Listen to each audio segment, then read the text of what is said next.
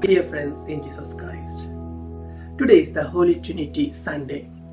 The term Trinity itself is not mentioned anywhere in the Bible.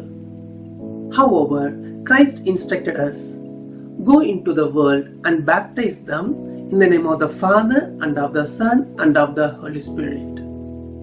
Hence, the Church teaches that the divine persons are relative to one another.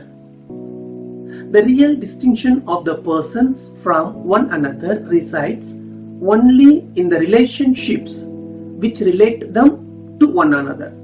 Because of that unity, the Father is wholly in Son and wholly in the Holy Spirit.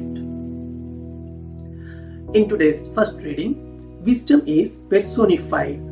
She is both God and the Creator, and at the same time, the witness to creation. As humans, we only share or participate in God's wisdom. Hence, our wisdom is limited while God's wisdom is absolute. In the second reading, St. Paul tells us that the love of God is poured into our hearts by the Holy Spirit.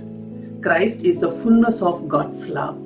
From this, we have some insight about what is this union of three divine persons look like. Each of them do their work, yet they remain one and undivided. Today's gospel makes this unity very clear. Each and every one of them bears witness to the same word and the truth. Each affirms and confirms the work of the other. They do not contradict one another. They are not separated by time or space because their project is one and the same. Also, they share the same glory. There are many lessons to learn from today's solemnity. This includes that we must learn to remain united in faith. Today's celebration also reminds us that although we are called to be united, each one of us is unique.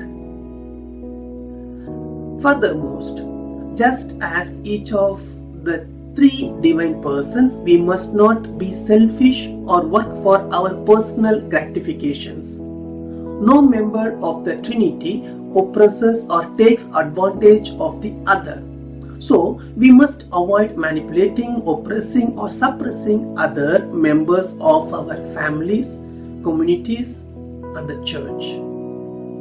We can live harmoniously together in this big family and the universal Church of Christ without bursting the ego of others or robbing them of their dignity and uniqueness.